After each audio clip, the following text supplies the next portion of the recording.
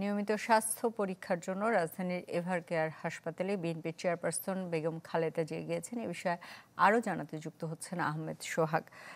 সোহাগ, জানাবেন।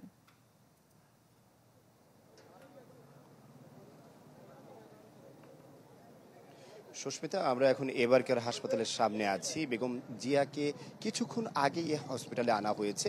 এর আগে আজ গতকাল রাত 11টায় জানানো হয়েছিল যে বেগম খালেদা জিয়াকে নিয়মিত তার যে চেক আপ আছে সেই চেক আপের জন্যই তাকে হসপিটালে নেওয়া হবে। তার চিকিৎসক, ব্যক্তিগত চিকিৎসক জাহিদ হোসেন এটা জানিয়েছেন আমাদেরকে। এরপর আমরা যখন ওখানে অবস্থান নেই, তার গাড়িটি তার বাড়ি যে বাসভবন যে আছে ফিরোজা থেকে বের হয় ঠিক 12টার দিকে এবং 12:30টার দিকে এসে এই এভারকেয়ার হাসপাতালে এসে পৌঁছায় এবং তার এখানে আগমনকে কেন্দ্র করে কিন্তু এই ঢাকা মহানগর উত্তর এবং দক্ষিণের বিভিন্ন পর্যায়ের নেতাকর্মীরা এসে এখানে অবস্থান নিয়েছেন এবং যে যেখান থেকে পারছেন, যেভাবে পারছেন তারা বিভিন্ন ধরনের স্লোগান দিচ্ছেন। পাশাপাশি এখানে এর আগে গত 28 অক্টোবর বেগম জিয়াকে তার চিকিৎসার জন্য এভারকেয়ার হসপিটালে আনা হয়েছিল।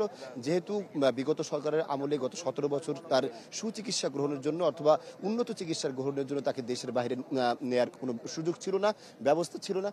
সুতরাং তাকে এই যে যখন ক্ষমতার পালা পরিবর্তন হয় গত 5ই আগস্টের পরে তাকে উন্নত চিকিৎসার জন্য বিদেশে নেওয়া হয়েছিল, অথবা লন্ডন থেকে এসে তাকে সুচিকিৎসা দেওয়া হয়েছিল। এরপরে তিনি দেশে ফিরেছেন এবং দেশে ফেরার পরে গত 28 আগস্ট তাকে সর্বশেষ এই এভারকেয়ার হাসপাতালে চিকিৎসার জন্য আনা হয়েছিল। এখন পুনরায় আবার তাকে আজকে নতুন করে আবার এখানে স্বাভাবিক যে তার চিকিৎসা শারীরিক যে অবস্থা সেই অবস্থা দেখার জন্যই তাকে এখানে আনা হয়েছে। তবে আমরা বিএনপির বিভিন্ন নেতাকর্মীদের সাথে জানার চেষ্টা করেছিলাম যে তার শারীরিক অবস্থা তেমন কোনো খারাপ হয়ে উঠেছে কিনা। তারা জানিয়েছেন না, ওইরকম কোনো খারাপ না, তিনি আগে যেমন ছিলেন ওইরকমই আছেন।